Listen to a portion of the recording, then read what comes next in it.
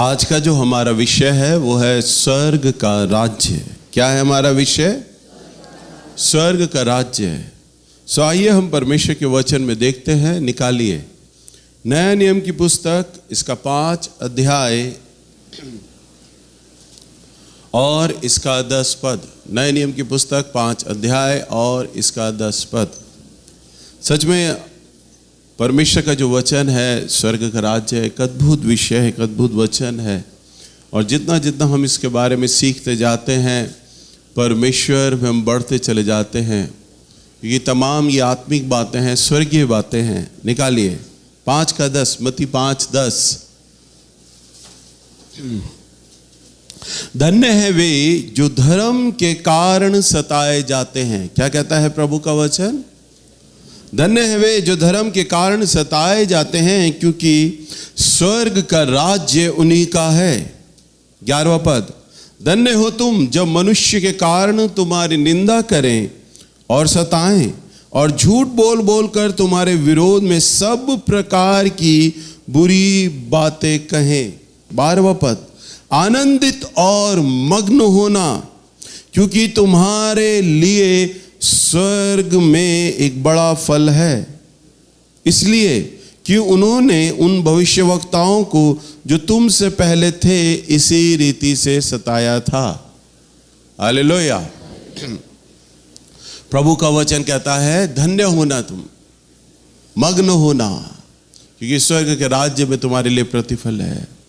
तुम्हारे विरोध में झूठी बातें बोलेंगे, गवाहियां देंगे, तुम्हें अपमानित करेंगे, तुम्हें मारा जाएगा, पीटा जाएगा, पर आनंदित होना, मग्न होना, खुश होना, क्योंकि स्वर्ग के राज्य में तुम्हारे लिए एक बड़ा प्रतिफल है। हालेलुया। क्योंकि जो तुमसे पहले थे, जो तुमसे पहले प्रभु के दास थे, विश्वासी लोग थे, उन पर इसी तरह का झूठा आरोप लगाया गया। ये एक बात आप समझ लीजिए कि मसीह के पीछे चलना, यानी मसीह का अनुयायी बनना, मसीह का विश्वासी होना। आज आप जितने भी लोग हैं प्रभु यीशु मसीह पर विश्वास करते हैं, तो आपको एक बात जानने और समझने की आवश्यकता है कि एक बात ध्यान से सुनो। आप चाहे किसी पे भी विश्वास करो, किसी भी पंथ में जाओ, कुछ भी जाओ, आपका कभी कोई विरोध नहीं होगा। पर जैसे ही आप मसीह के विश्वासी बनते हैं, मसीह के पीछे चलते हैं, मसीह के अनुयायी होते हैं, क्यों ये संसार आपके विरोध में हो जाता है? कभी विचार किया क्यों संसार विरोध में हो जाता है? क्योंकि उद्धार प्रभु यीशु मसीह की ओर से है। हालेलुया। उद्धार करता प्रभु यीशु मसीह है, और शैतान इस बात को, ये बात अच्छे से जानता है कि उद्धार प्रभु यीशु मसीह की ओर से उद्धार करता है वो वो ये नहीं चाहता कि प्रभु की जो ये मानव जाति है, ये सुंदर मानव, ये उद्धार पा सके। और वो कोई ना कोई अटकलें, रुकावटें, बाधाएं, अड़चने ये डालता है ताकि तुम उद्धार को ना पा सको। हालेलुया। आपके लिए पूरे संसार में, खाली हमारे भारत की बात नहीं हो रही, पूरे संसार में जहाँ भी मसीही लोग हैं, विश्वासी लोग हैं, उनको सताया जाता है, उन पे झूठे आरोप लगाए जाते हैं, उन पे कीचड़ उछाला जाता है, उनके झूठे झूठे विरुद्ध गवाहियाँ दिए जाती हैं, साक्ष्याँ दिए जाते हैं। पर आपको मैं एक बात सुनाता हूँ, ध्यान से सुने। पर इन सब का उत्तर देने वाला हमारा परमेश्वर है। हालेलुया। प्रभु ने कहा जब तुम्हें पंचायतों में, नगर में, राजाओं के सामने जब तुम्हें खड़ा किया जाएगा तो मत डरना, मत घबराना, क्योंकि तुम नहीं जानते कि बोलने वाले तुम नहीं हो, वरन बोलने वाला तो पिता है। हालेलुया। बोलने वाला कौन है? पिता है। तो परमेश्वर हमारे पक्ष में खड़ा होता है, क्योंकि उस समय हम जो अपमानित होते हैं ना, अपने कामों के लिए नहीं होते, अपने कामों के लिए नहीं, परंतु परमेश्वर के लिए अपमानित होते हैं। हमारे विरोध में जो लोग खड़े हो जाते हैं वो हमारे लिए नहीं, वरन हम प्रभु के संग हैं, इसलिए लोग हमारे विरोध में हो जाते हैं। लोग हमारे बीच लिए झूठी झूठी गवाहियां देते हैं, हमें अपमानित करते हैं। सो वो इसलिए नहीं करते कि हमारे अपने खुद का जीवन था या हमारे अपने खुद के काम थे, परंतु वो हमें इसलिए अपमानित करते हैं क्योंकि हम प्रभु के संग होते हैं। हालेलुया। सो हर जगह, विश्व के हर एक कोने में जहां भी कोई प्रभु का चुना हुआ जन है, चुने हुए लोग हैं, अभिषिक्त लोग हैं, तब उनके सामने रुकावटें आएंगी। रुकावटें, और ये केवल रुकावटें अन्य जाति लोगों की तरफ से भी नहीं आती। आप ये मत सोचना जो मसीह पे विश्वास नहीं करते वही लोग रुकावट डालते हैं। कभी कभी कलीसिया का विश्वासी कलीसिया के विश्वासी के प्रति भी रुकावट पैदा करता है।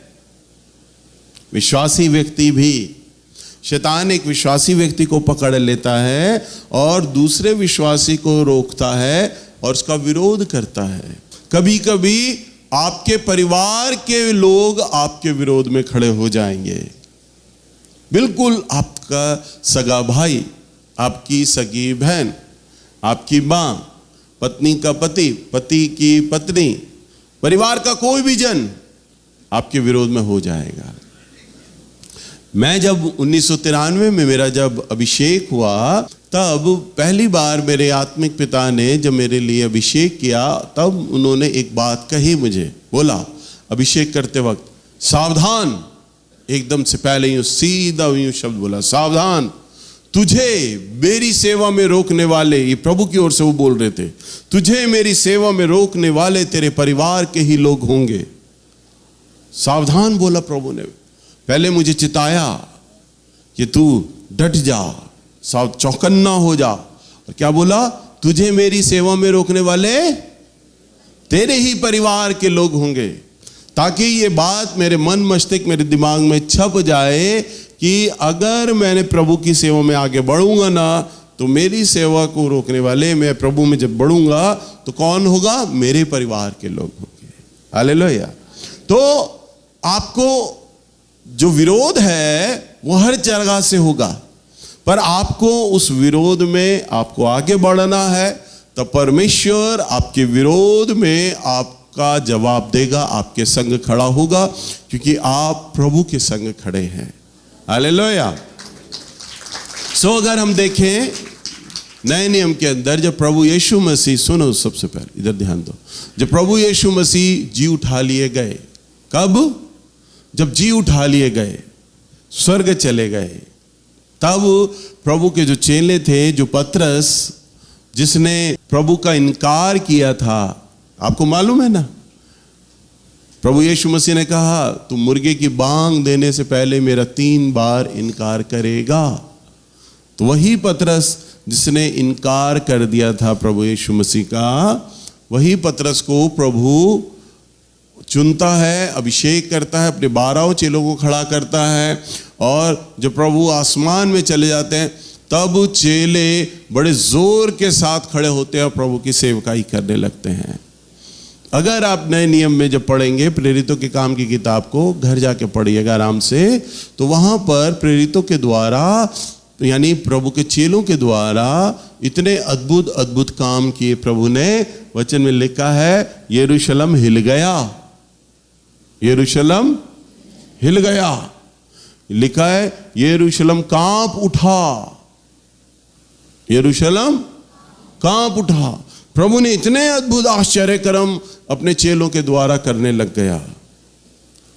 लिखा है यरूशलेम में भूईडोल हुआ, कांप गए यरूशलेम। इतने सामर्थ्य पूर्वक प्रभु ने अपने चेलों का इस्तेमाल करना आरंभ कर दिया। अगर हम देखें प्रेरितों के काम की किताब के अंदर, निकालिए, और इसका 12 अध्याय और इसके पहले पद से हम एक बहुत ही अद्भुत घटना को देखते हैं। और ये जो पहले पद से पढ़ें, प्रेरितों के काम 12 अध्याय और पहला पद। उस समय हेरोदेस राजा ने कलीसिया के कई व्यक्तियों को सताने के लिए उन पर हाथ डाले। उसने यूहन्ना के भाई याकूब को तलवार से मरवा डाला। जब उसने देखा कि यहूदी लोग इससे आनंदित होते हैं, तो उसने पतरस को भी पकड़ लिया। हाँ, अब देखो यहाँ पर प्रभु के चेले जो हैं वो प्रचार कर रहे हैं, और राजा हेरोदस जो है उसने देखा कि प्रभु के जो लोग हैं ना, उन्हें जब अगर दुख दिया जाए, सताया जाए, तो वो जो लोग हैं, मेरी जो जनता है, यहूदी लोग बहुत खुश होते हैं। राजा के लिए इससे बड़ी खुशी की बात क्या है कि राजा को लोग सराहें, अरे ये तो शक्तिशाली राजा है, हमारा कितना सम्मान रखता है, हमारे गौरव का कितना ध्यान रखता है। तब उन्होंने क्या किया, उन्हें सताने लगे। राजा हेरोदेस क्या किया, प्रभु यीशु मसीह के लोगों को, अनुयायियों को सताने लगा, और यहूदी लोग इसे देखकर बहुत ही प्रसन्न होते थे।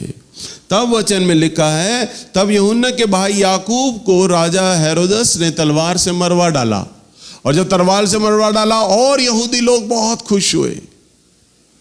और लोगों को खुश करने के चलते हेरोदेस ने एक योजना बनाई। उसने सोचा कि प्रभु यीशु मसीह का एक प्रमुख चेला है, उसका नाम है पतरस, अगर उसे गिरफ्तार कर लिया जाए और उसे मार डाला जाए तो यहूदी लोग और ज्यादा खुश होंगे। तब उसने अपनी योजना अनुसार क्या लिखा है वचन में 3 पद में, जब उसने देखा कि यहूदी लोग इससे आनंदित होते हैं, तो उसने पतरस को भी पकड़ लिया। वे दिन अखमीरी रोटी के दिन थे। उसने उसे पकड़ के बंदी गृह में डाला और 4-4 सिपाहियों के 4 पहरों में रखा, इस विचार से कि फंसे के बाद उसे लोगों के सामने लाए। बंदी गृह में पतरस बंद था, परंतु कलीसिया उसके लिए लौ लगाकर परमेश्वर से प्रार्थना कर रही थी। हाँ, देखो यहां पर हम देखते हैं, राजा ने पतरस को पकड़ लिया, 4-4 पहरेदार, 4-4 सैनिक पतरस के अगल बगल में खड़े हैं। जेल के हर एक गेट के पास, हर एक फाटक के पास, हर थोड़ी थोड़ी दूर में एक दरवाजा आता है, वहां भी सैनिक खड़े हैं। कई अलग अलग चैम्बर से होकर पतरस को दूर दराज अंदर की तरफ उसे बांध दिया गया कि प्रभु यीशु मसीह के चेले आकर इसे ना छुड़ा लें, किसी तरह बांध दिया गया। 4-4 पहरेदार हैं, सैनिक है, तलवार हैं, भाले हैं उनके पास जाने की कोई हिम्मत नहीं करता, और वो उसका पहरा दे रहे हैं। परंतु वचन में एक बहुत ही अच्छी बात लिखी है, कलीसिया लौ लगाकर प्रार्थना कर रही थी। क्या कर रही थी? 5वें पद में, कलीसिया लौ लगाकर प्रार्थना कर रही थी। कलीसिया क्या कर रही थी? बोलिए, लौ लगाकर प्रार्थना कर रही थी।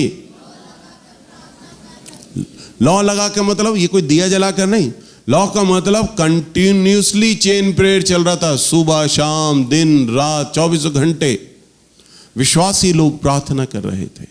विश्वासी लोग क्या कर रहे थे? प्रार्थना कर रहे थे। तो जब लगातार प्रार्थना हो रही है, लगातार, अभी हमारे एक भाई हैं, आजमगढ़ में रहते हैं, सेवकाई करते हैं, अभी बीते 4-5 दिन के अंदर उनको भी झूठे आरोप लगाया गया प्रभु की सेवकाई में, और गिरफ्तार कर लिया गया, और भाई समय जेल में है। मैंने उसको बोला, संजय भाई को, मैंने कहा हम सब लोग लौ लगाकर प्रार्थना करें, कलीसिया प्रार्थना करें, क्योंकि हमने परमेश्वर के कामों को देखा है, प्रेरितों के काम में लिखा है। मैंने कहा हम लोग वकील कर रहे हैं, सब कर रहे हैं, अप्रोच लड़ा रहे हैं, परंतु अगर हम देखें तो पतरस के लिए कौन अप्रोच लड़ा रहा था? पतरस के लिए कौन वकील कर रहा था? पतरस के लिए कौन भाग दौड़ कर रहा था? कोई नहीं कर रहा था। बस वचन में 5 पद में लिखा है, कलीसिया तो लौ लगाकर प्रार्थना कर रही थी। कलीसिया क्या कर रही थी? तो अगर सुनो ध्यान से, हमारे विश्वासी जन पर किसी पे भी किसी तरह का अगर मुसीबत होता है, तो कलीसिया का एक कर्तव्य है कि वो सब एकजुट हो जाएं और लौ लगाकर प्रार्थना करना शुरू कर दें। क्या करें? लौ लगाकर प्रार्थना। प्रभु ने तो वैसे हम पर अनुग्रह किया है, पर मैं आपको एक बात समझाना चाहता हूं वचन से। अगर कभी हमारी चर्च पे कोई विपदा आती है, तो कलीसिया अपने घर के ना दौड़े, परंतु लौ लगाकर प्रार्थना करें। लौ लगाकर क्या करें? प्रार्थना करें। कलीसिया के किसी भी स्थानीय प्रचारक पर या मुझ पर अगर किसी तरह का मुसीबत आता है, कुछ भी, तो क्या करे कलीसिया? सिर्फ लौ लगाकर प्रार्थना करें, लगातार प्रार्थनाएं और उपवास करना है। मैंने अभी आपको क्या कहा, जो प्रभु के राज्य के लिए खड़ा होता है परमेश्वर उसके संग खड़ा हो जाता है। हालेलुया। हम देखते हैं पतरस और सिलास दोनों बंदी गृह में हैं, दोनों जेल में हैं और ये प्रभु के संग हैं, परंतु प्रभु से लौ लगाकर इनकी कलीसिया प्रार्थना कर रही है। और 6 पद में लिखा है, जब हेरोदेस उसे लोगों के सामने लाने को था, उसी रात पतरस 2 जंजीरों से बंधा हुआ 2 सिपाहियों के बीच सो रहा था। हाँ, देखो कितनी अच्छी बात है। लिखा है, और जब हेरोदस अगली सुबह, ध्यान दो इधर, अगली सुबह हेरोदस लोगों के सामने पतरस को लाने को था, उस पे जुर्म साबित होता। हो सकता है लोग ये बोलते कि इसे मार दिया जाए, इसका सर कलम कर दिया जाए, या ये बोलते इसे भी प्रभु इसके गुरु की तरह क्रूस पर चढ़ा दिया जाए। जनता का मूड है, कुछ भी बोल सकते थे, तो वो ये बोल सकते थे। और इसी मारे जो राजा हेरोदस ने सोचा, पूरी जनता के सामने मैं इसे पेश करूंगा। परंतु उसी रात प्रभु का वचन में लिखा है, चारों तरफ उसके पहरेदार खड़े थे और 2 सिपाहियों के बीच में जो पतरस था बंधा था, और लिखा है 2 सिपाहियों के बीच में वो सो रहा था। क्या लिखा है? क्या लिखा है? क्या लिखा है? किसी ट्रांसलेशन में लिखा है गहरी नींद में। इंग्लिश ट्रांसलेशन में लिखा बहुत गहरी नींद में पतरस सो रहा था, गहरी नींद में। अब बताइए, कोई जेल में है और गहरी नींद सो सकता है? तो टेंशन के मारे, जब भाई शाम आएंगे कभी तो मैं उनसे पूछूंगा रात को नींद कैसी आती थी जेल में, तो कहेंगे भैया पत्नी की याद आती थी, बच्चों की याद आती थी, सोचता रहता था क्यों पकड़ा गया मैं, प्रभु ने क्यों नहीं बचाया, क्या हो गया, नाना प्रकार की चिंताएं होंगी। परंतु यहां लिखा है पतरस तो सो रहा है। हालेलुया। पतरस, बड़ी अद्भुत बात है। अच्छा बताओ, रात को नींद किससे आती है? गहरी नींद बोलो किससे आती है? जिसे कोई चिंता ना हो, जिसे कोई चिंता। अब मेरी जो पत्नी है ना, बड़ी गहरी नींद में सोती है और लेटते ही सो जाती है। मेरे साथ होती है ना, मैं उससे बात कर रहा होता हूं, बात करते करते अगर मैंने एक घूंट पानी इधर पीने के लिए घूमा और जैसे ही मैं उसकी तरफ मुड़ता हूं ना, खर खर खर सो जाती गहरे नींद में। मैं कहता हूं तो गई, हालेलुया, बातचीत खत्म। पर हमारे संत नगर में एक दिन छोड़ के एक दिन पानी आता है, रात को 3:30 बजे आता है। उस दिन वो नहीं सोती, उस दिन वो नहीं सोती। क्यों नहीं सोती? क्योंकि पानी ने आना है, घर के बर्तन भरने हैं, पानी की टंकी भरनी है, वो चिंता में। मैं उसे कई बार कहता हूं मैं पानी भर दूंगा, तो रहने दे। कहने नहीं, मैं भर लूंगी, मैं भर लूंगी। तो वो पूरी रात बेचैन रहती है, सबको जगाती रहती है। मेरी छोटी बहन को जगाती, दीदी उठ जाओ, और वो छोटी बहू को उठाती है, शी को उठाती, उठ जाओ पानी आ गया। वो सारे कहते भाभी आपको रात में नींद नहीं आती? नींद सिर्फ उसे पानी वाले दिन नहीं आती। हालेलुया। इसका मतलब है किसी बात की चिंता अगर किसी व्यक्ति को है तो उसकी नींद हराम हो जाएगी, उसे नींद नहीं आएगी। होगा ना? होगा या नहीं? जिस दिन आपको बहुत ज्यादा पैसे चोरी हो जाएं, लूट जाएं, बर्बाद हो जाएं, उस दिन आप रात को सो पाओगे? सो पाओगे? नहीं सो पाओ। पतरस लिखा है बड़ी गहरी नींद में सो रहा था। सैनिकों ने बताया होगा, बेवकूफ तुझे मालूम है कल तुझे राजा के सामने, जनता के सामने पेश किया जाएगा। और सैनिक लोग आपस में बातें भी कर रहे होंगे, और इसे जब पेश किया जाएगा ना, तो दूसरा सैनिक कह रहा होगा, भाई मुझे तो लगता है लोग है ना यही मांग करेंगे जैसे इसके गुरु को क्रूस दी गई थी ना, वो भी ये क्रूस मांगेंगे, मुझे लग रहा है जनता का। दूसरे ने बोल रहा होगा, नहीं, जैसे यूहन्ना के भाई का सर कटवाया गया ना, देखना इसका भी सर कटवाया जाएगा। पतरस के कानों में ये बात पड़ रही थी। अगर अगर हम जेल में हो और हमारे लिए अगर ये बात हो रही हो तो क्या नींद आएगी? अगले दिन सर कलम किया जाएगा, फांसी दी जाएगी, क्रूस चढ़ाया जाएगा। अगर ऐसी ऐसी बातें आपके लिए हो तो क्या आपको नींद आएगी? बोलो, आएगी? नीचे जब मेरे पास नीचे लोग आते हैं ना, जब प्रार्थना कराने के लिए, तो जो प्रार्थना कराने जब मेरे पास पलंग पर बैठते हैं ना सामने, तो कई बहनें, कई भाई लोग और मैं कहता हूं शांत हो जाओ भाई, शांत, रो क्यों रहे हो? आप शांत हो जाओ। पहले रोना शुरू कर देते हैं और रोते रोते अपना दुख बता रहे होते हैं। और मैं कहता हूं ठीक है, मैं समझ गया, चलिए मैं प्रार्थना करता हूं। नहीं भैया, अभी आप पूरी बात सुनो। मैं हाँ सुनाऊं पूरी बात। उन्हें लगता है हम भैया को पूरा इतिहास बताएंगे, दुख बताएंगे, तब भैया का मन पिघल जाएगा और बड़े आंसू के साथ जैसे हम रो रहे हैं ऐसे ये भी रोएंगे और टूट जाएंगे और प्रार्थना करेंगे। हालेलुया। परंतु मैं नहीं टूटता, क्योंकि इन 27 साल के अंदर परमेश्वर ने मुझे अपने ऊपर विश्वास करना सिखाया है। हालेलुया। विश्वास करना सिखाया है। वो एक गाना है ना, मैं ना डरांगा, पंजाबी में, मैं ना डरांगा, यीशु मेरे नाल है, मैं ना डरांगा, यीशु मेरे साथ है, मैं नहीं डरूंगा। हालेलुया। और ये सिर्फ गीत नहीं है, एक गवाही है, एक अनुभव है। हालेलुया। और जब पतरस गहरी नींद में है, कोई चिंता नहीं है उसे मालूम है मेरा छुटकारा मेरा परमेश्वर है, मैं अपने प्रभु की सेवकाई कर रहा हूं और प्रभु मुझे अवश्य छुड़ा लेंगे। और हो सकता है कि जब मेरे पे तलवार चलाई जाएगी तभी दूत आकर उस तलवार को पकड़ लेगा। वो नाना प्रकार की कल्पनाएं कर रहा है, कुछ भी संभव है मेरे प्रभु के लिए। मेरा प्रभु तो कुछ भी कर सकता है। आराम से जेल में है वो। और आगे हम देखते हैं क्या हुआ। तो देखो प्रभु का एक स्वर्गदूत आ खड़ा हुआ, हाँ, और उस कोठरी में ज्योति चमकी। हालेलुया। वचन में क्या लिखा है? उस जेल में स्वर्गदूत आ खड़ा हुआ उसके कमरे में और प्रकाश हो गया उसके अंदर। क्यों हो गया? क्योंकि कलीसिया लौ लगाकर प्रार्थना कर रही थी। उधर कलीसिया क्या कर रही है?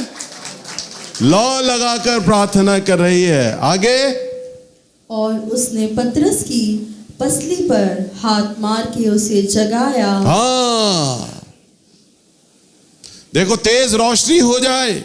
आप अगर गहरी नींद में सो रहे हो और अचानक रात को कोई ट्यूबलाइट अंदर आकर जला दे तो आंख खुल जाती है ना, अरे रोशनी हो गई, एक तो आंख खुल जाती है ना। पर देखो, स्वर्गदूत तो इस लाइट से भी कहीं अधिक चमकीला होता है। प्रकाश भर गया पूरे जेल में, तो भी पतरस गहरी नींद में है।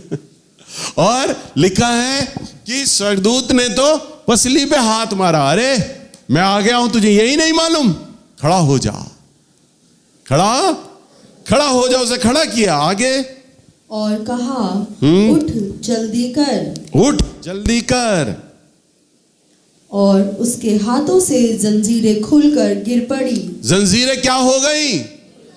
अपने आप खुलकर गिर पड़ी। हाँ। तब स्वर्गदूत ने उससे कहा, कमर बांध और अपने जूते पहन ले। हाँ, अपने कपड़े पहन और अपने जूते पहन ले।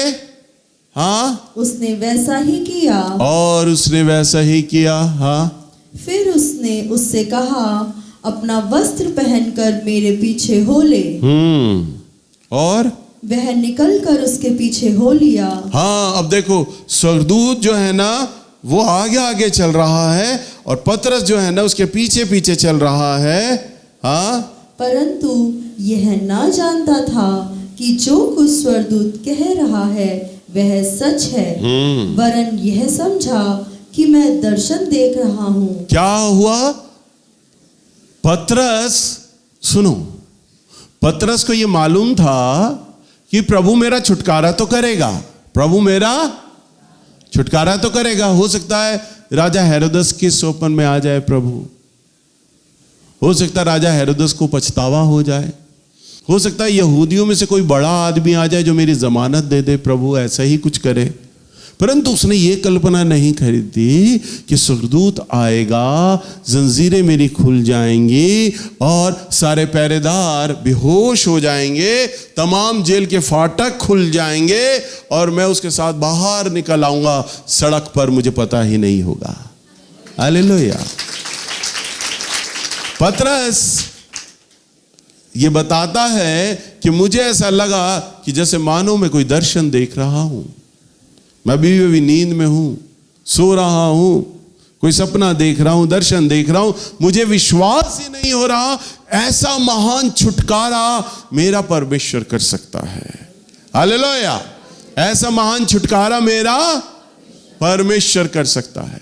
सोचो वचन में प्रभु ने किस प्रकार से पतरस को जेल से छुड़ाया, और आगे क्या लिखा है 10वां पद, तब वे पहले और दूसरे पहरे से निकलकर उस लोहे के फाटक पर पहुंचे, हाँ, जो नगर की ओर है। वह उनके लिए आप से आप खुल गया। अब सारे फाटक उनके लिए खुलते गए। अब जेल का आखिरी मेन डोर आ गया, मुख्य द्वार आ गया, वो भी अपने आप जो शहर की ओर खुलता था, सड़क की ओर, वो भी खुल गया। हालेलुया। अद्भुत। सारे पहरेदार सो रहे हैं और वो खुल गया। और आज क्या हुआ, और वे निकलकर एक ही गली होकर गए और तुरंत ही स्वर्गदूत उसे छोड़कर चला गया। तब स्वर्गदूत उसे सड़क पर लाया और उसे स्वर्गदूत ने पतरस को छोड़कर चला गया। हालेलुया। पतरस विचार कर रहा होगा, शायद कोई बड़ा यहूदी का व्यक्ति आएगा मेरी जमानत के लिए, शायद राजा के मन से ही प्रभु बात करेगा, शायद लोग मेरे लिए मांग करेंगे कि पतरस को छोड़ दिया जाए, प्रभु ऐसे ही कुछ करेगा, प्रभु ऐसे ही छुड़ाएगा। परंतु पतरस को दूर तक उम्मीद नहीं थी कि प्रभु मेरे लिए कैसा महान छुटकारा करेगा। पतरस हाँ बेनिश्चिंत था, चिंता नहीं थी, तभी तो वचन में लिखा है वो गहरी नींद में सो रहा था। हालेलुया। गहरे नींद में सो रहा था। परंतु प्रभु ऐसा अद्भुत काम करेगा ये उसने दूर तक कल्पना नहीं की थी। तभी तो लिखा है उसने कि मैं ये शायद, मुझे लगता है कि मैं दर्शन देख रहा हूं, कोई ख्याल देख रहा हूं, कोई स्वप्न देख रहा हूं। हालेलुया। ये याद कर लीजिए, जब प्रभु हमारे बीच छुटकारा लाते हैं, जब प्रभु हमारे बीच में काम करते हैं ना, तब हम भी ऐसी कल्पनाएं करते हैं, प्रभु ये करेगा, मुझे लगता है नहीं प्रभु ये करेगा, मुझे लगता है प्रभु ये करेगा, मुझे लगता है नहीं प्रभु ये करेगा। परंतु परमेश्वर तो हमारी कहीं अधिक कल्पनाओं और बुद्धि से अलग परे वो काम करता है। हालेलुया। प्रभु के काम ही ऐसे होते हैं कि हम विश्वास नहीं कर पाते। हालेलुया। हम विश्वास अगर बताएं भी कि प्रभु ये करता है तो विश्वास सामने वाला नहीं करेगा। वो तो जिसके साथ जो बात घटी होती है वो ही ये बात जान सकता है कि मेरे संग तो मेरे प्रभु ने काम किया है। हालेलुया। प्रभु के वो काम होते हैं। अभी जो हमारे भाई अब इस समय जेल में हैं, हम भी अप्रोच लड़ा रहे हैं, सब कर रहे हैं, तो भाई को खबर आती होगी कि भैया ने वकील किया है, ये किया है, अप्रोच लड़ाई जा रही है। हो सकता है इसी के द्वारा शायद मैं छुड़ाया जाऊं, परंतु उसे नहीं पता नेल्स के वकील के द्वारा या अप्रोच के द्वारा नहीं, तो मेरे सामर्थ्य के द्वारा छुड़ाया जाएगा। हालेलुया। और आने वाले दिनों में तब हम प्रभु के छुटकारे को देखेंगे, एक अद्भुत काम को देखेंगे। परंतु वो अद्भुत काम, छुटकारा होता कब है? जब कलीसिया लौ लगाकर प्रार्थना करती है। जब कलीसिया लौ लगाकर क्या करती है? प्रार्थना करती है। आपको अपने चर्च के लिए, कलीसिया के लिए, सेवकाई के लिए, अपने व्यक्तिगत जीवन के लिए, अपने स्थानीय प्रचारक के लिए आपको सदा लौ लगाकर प्रार्थना करने की आवश्यकता होती है। हालेलुया। क्योंकि आप नहीं जानते कि आपका जो विरोधी शैतान है वो इस ताक में रहता है कि किसको फाड़ खाए, किसको सताए। आप लोगों को एक दूसरे के लिए प्रार्थना कर रहा है केवल आपको अपनी समस्याओं के लिए प्रार्थना नहीं करना, केवल आपको अपनी ज़रूरतों को लेकर प्रार्थना नहीं करना। आप अपनी ज़रूरतों को लेकर तो प्रार्थना करिए ही करिए, परंतु जो भाई दूसरे हैं, जो बहनें दूसरे हैं, जो आपकी कलीसिया में आते हैं, आप उनके लिए भी प्रार्थना करें। हालेलुया। जब आप उनके लिए प्रार्थना करेंगे तो प्रभु का अद्भुत छुटकारा होगा। अभी 2 देशों में लड़ाई चल रही है वर्ल्ड में। किन देशों में लड़ाई चल रही है मालूम है आपको? रशिया और यूक्रेन में। किस में चल रही है? रशिया और यूक्रेन में।